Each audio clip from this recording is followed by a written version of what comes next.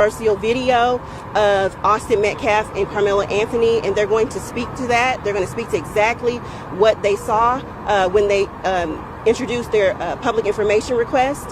And I think that you're not going to be surprised by what they saw, but we want to make sure that we get this information out to the public. So we'll start with T. Sturdy. Hi, my name is actually Tony Sturdivant. Again, I was one of the ones that saw the video. It's kind of bewildering that it doesn't align with the testimony that was presented. What I saw in the video was four. Keep your voice up. What I saw in the video was actually more than 4 kids. There were 6 kids. Can you hold it? We can hold it. Okay. Yep. Hold it. Yeah. There were actually 6 kids that walked up in the stadium. 2 splintered off. 4 went directly to Carmelo Anthony. And there was a brief conversation. You're going to start over, sorry. All right. Start over? Yeah. Let's clean this. Start again. Keep your voice up. All right. Yeah, so again, my name is Tony Sturdivant. I was one of the individuals that put in a FOIA request to see the video. What I saw was starkly different from the testimony that I heard given in the trial. There were 6 kids that walked up, 2 splintered off. I guess that part of was introduced in the trial where they went to deflect the coach. The other 4 walked directly to Carmelo Anthony. There was a brief conversation, I say maybe 20, 30 seconds, and from there, a scuffle ensued. It didn't last long. Carmelo backed out the back of the canopy. He looked one way, looked to the left, and flew down those bleachers. Now, this is the video that was presented to us. This is the questions that I have, though. Why wasn't that video presented in court? And is it the true video? Because, again, it's starkly different from the testimony given in the trial. Carmelo Anthony flew down those bleachers, fell at the bottom of the bleachers, got up, took off. It was maybe 2 or 3 kids that you can see kind of give chase, but Carmelo was gone, so they weren't even going to put a finger on him and touch him. Again, there was a scuffle that ensued at the top of the bleachers, and Carmelo got out of there. But I don't know why that was not brought up in court. I don't know why that was shown. I don't know if the ISD gave us a bogus ass video. I don't know, but that's what I saw.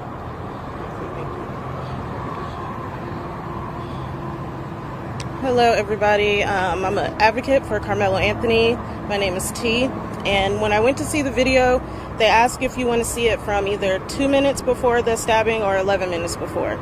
So I chose 11 minutes. From the moment she pressed play, Carmelo Anthony was already sitting up underneath that canopy. And he was sitting there for at least 8 to 9.5 minutes. You see, well, I saw a boy in a black hoodie go over to him first, and then they left out of the tent, and then you see coming across the field was another 6 boys. When they got to the bleachers, one, he went out of frame, and the other one sat at the bottom. But the remaining 4, they went directly to Carmelo Anthony, and like T said before, it was a brief conversation, and then all you see is commotion. And we know from the interviews that Hunter did, we know that Hunter was, in fact, up underneath that tent. The next thing you see, you can see Carmelo, in the midst of them assaulting him, you can see Carmelo trying to back out, but he gets pulled back forward. The next thing you see is Carmelo, he comes shooting out the back, but he's still not standing. And he had to like kind of crab crawl backwards, and he had to like jerk away from them because they still had a hold of his hoodie. He goes up a couple bleachers and he's looking around for which way to go. He runs diagonally down the bleachers and then he falls. At the time of him falling, that's when I noticed another 3 boys coming down the bleachers chasing after him. But once Carmelo got up, he took off. You didn't see him for the rest of the video. At no point in that video do you see Hunter holding his brother. At no point in that video do you see those boys ever going back to the tent and sitting down. That was all a lie. And I also have questions. I don't know how the defense did not play that video. Because when you see that video, it was self-defense. Carmelo was only 5'8", 130-something pounds, and Austin and Hunter Metcalf were 6'1", 220-something pounds. So for people to say that he should have used his hands, people can die from fights, from people using their hands. And that's all I'm going to say for right now. So I want to say that this press conference is for people who saw the video, because we want to make sure that we get that information out there.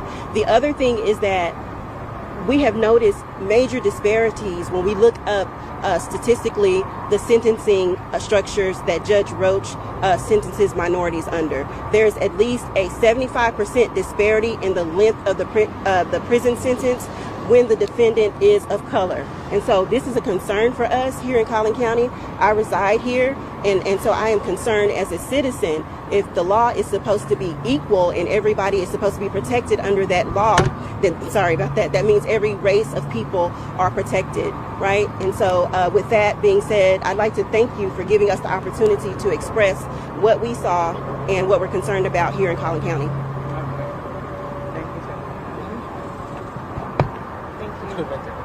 Okay, sorry. You get it right there? I'm Christopher King. I actually was a licensed attorney in Collin County several years ago, working with the city of Frisco on a certain project.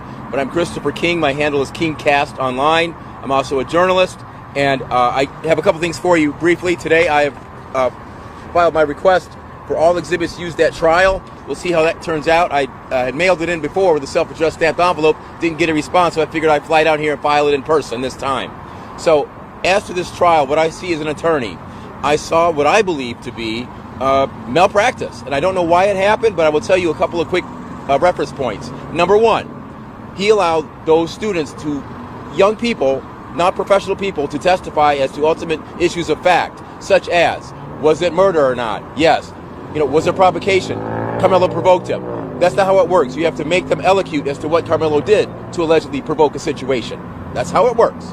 And when you don't object to it in the cases in chief, you cannot come back later post hoc and then ask the judge and complain about it in a jury charge. There were also no expert witnesses produced, no use of force expert, no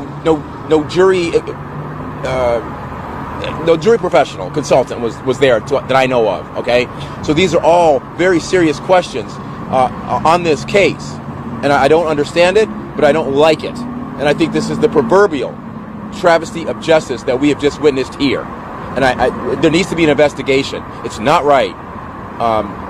It's just not right. Yeah. Thank you. Thank you for your... Are you in touch with the family? So I actually speak with them. And so what's next now? So what's now, and this is what I stated at the beginning, what's next now is definitely a fight for justice. It's definitely a fight.